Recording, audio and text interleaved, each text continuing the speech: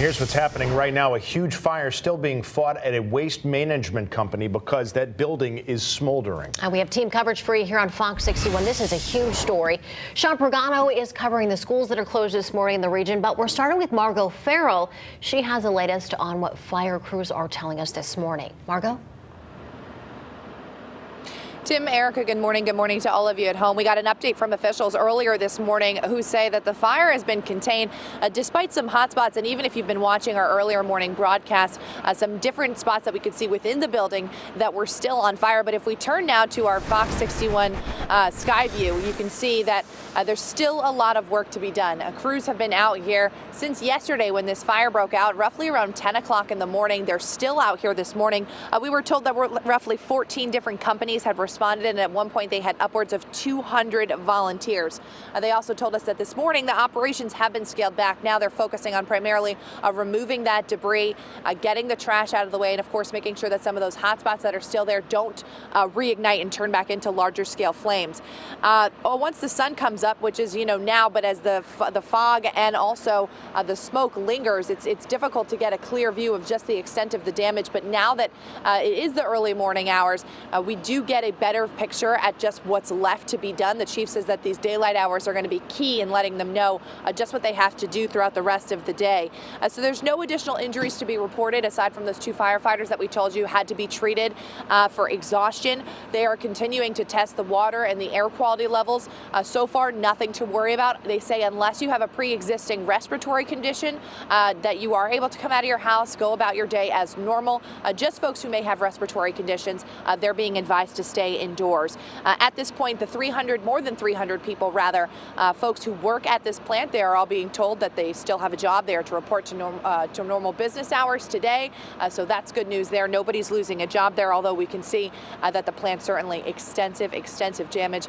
Of course, if we get any new details, we will be sure to bring them to you on air, online, and always on the free Fox 61 News app. Live in Willimantic, I'm Margot Farrell, Fox 61 News.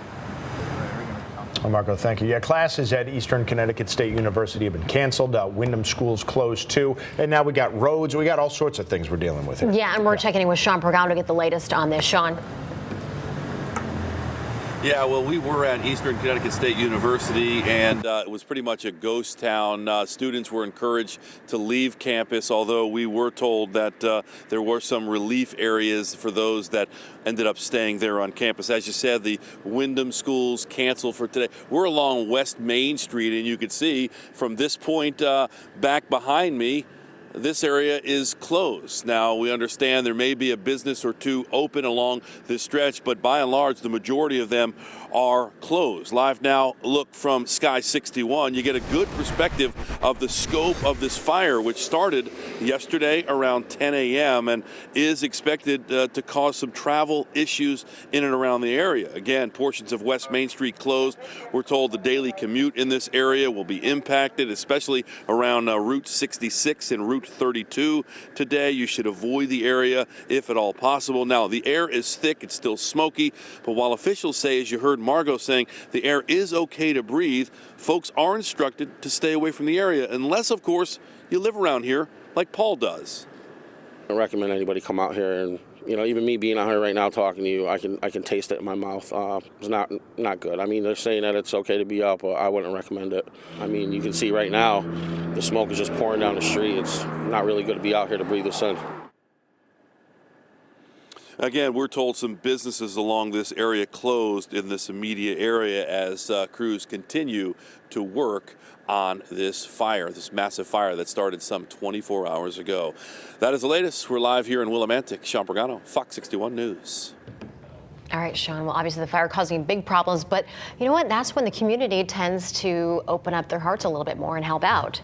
We just got an email from Tony's Pizza in Willimantic, and they've been sending out food and provisions basically to help out the firefighters. They've been there for 24 hours. Yeah, they said they did it yesterday. They're going to do it again today, but they could use some donations to help defray the cost. So if you want to help out Tony's Pizza as they're helping out the first responders and firefighters, please don't hesitate to get in touch with them. And of course, we're going to stay on top of this. We'll have updates throughout the morning. We're on all the way until 10 every morning.